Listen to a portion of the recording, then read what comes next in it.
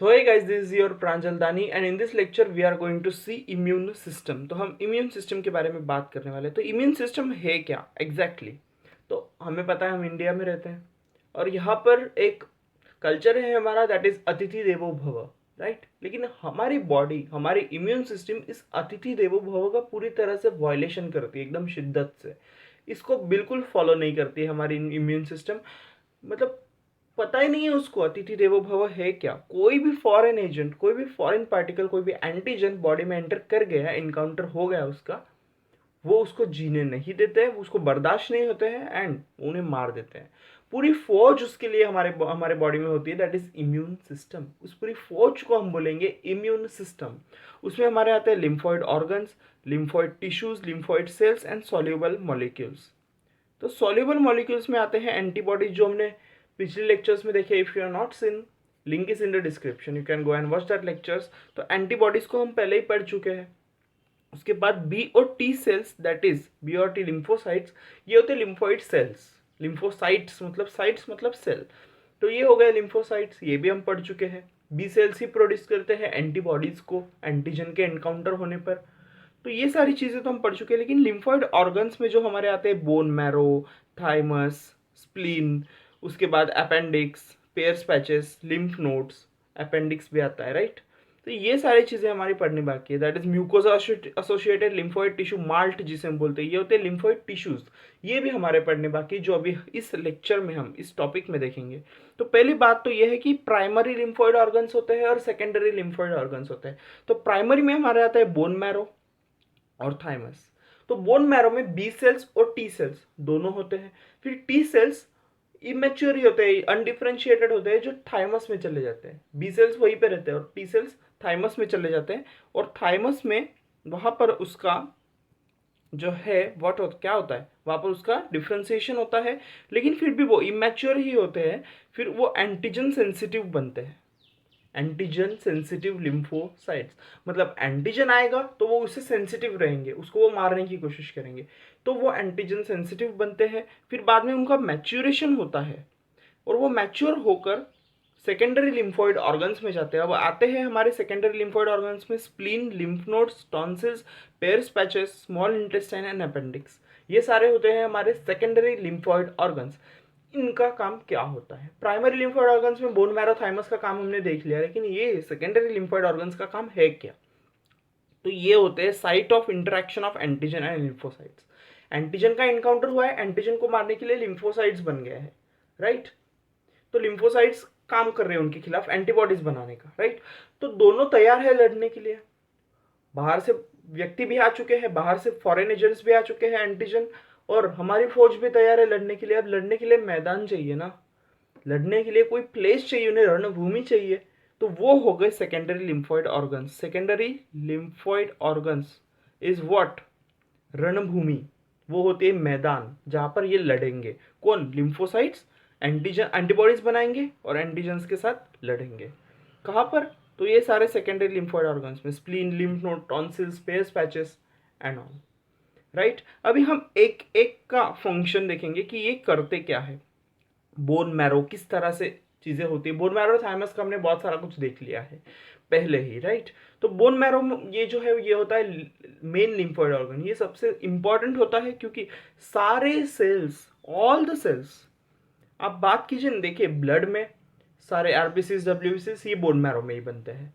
उसके बाद जो सारे लिम्फॉइड सेल्स है, बी सेल्स, टी सेल्स, ये भी बोन मैरो में ही बनते हैं। इसलिए bone marrow is the main lymphoid organ. इसके बाद हम आते हैं थाइमस पर। तो थाइमस इज लोब्ड ऑर्गन, जो कि ब्रेस्ट बोन के नीचे होता है और हार्ट के पास होता है, राइट। तो breast, beneath the breast bone and near the heart. T cells mature here. जो टी सेल्स बोन मैरो में बने थे वो जाएंगे थाइमस में, वहां पर वो मैच्योर होंगे। It gets mature there. और थाइमस की एक बात होती है कि हम जब बर्थ होता है तब थाइमस की बहुत बड़ी साइज होती है, लार्ज साइज। लेकिन जैसे जैसे हमारी एज बढ़ती है, थाइमस की साइज छोटी होती जाती है। At the age of puberty it is at its reduced size. उसकी सबसे कम साइज होती है हमारे प्यूबर्टी के वक्त, और वो आगे भी कम होते रहता है, राइट। इसीलिए हम देखते हैं कि in the old age persons immunity is so less, immunity बहुत कम होती है जो ओल्ड एज पर्सन होते हैं उनमें, राइट। तो बाद में हम आते हैं स्प्लीन पर। तो स्प्लीन हमने देखा था आरबीसीज में। आरबीसीज जो होती है उनका ग्रेवयार्ड होता है स्प्लीन।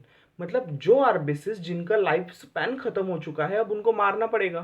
तो मार देंगे तो वो ऐसे ही ब्लड में फ्लो होते रहेंगे क्या, डेड आरबीसीज? नो। तो वो स्प्लीन में जाकर मरते हैं।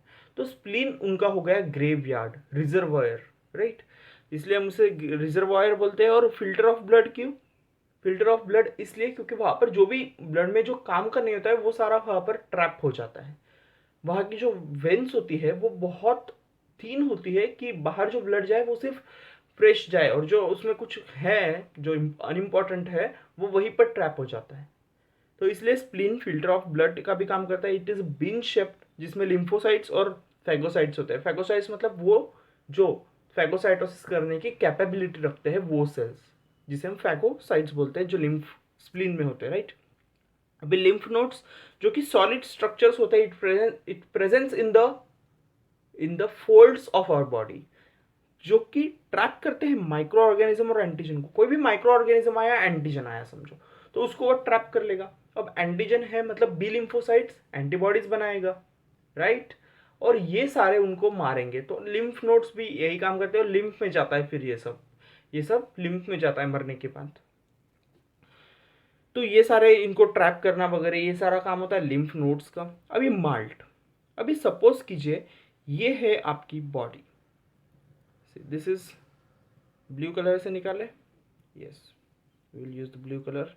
तो ये है आपकी बॉडी, और बॉडी का जो इंटरनल ट्रैक्ट होता है, फिर वो रेस्पिरेटरी ट्रैक्ट हो, डाइजेस्टिव ट्रैक्ट हो, पूरा इंटरनल ट्रैक्ट, फिर वो यूराइनोजेनिटल ट्रैक्ट हो, कोई भी ट्रैक्ट हो, जो भी ट्रैक्ट होता है वो इस तरह से होता है अंदर से।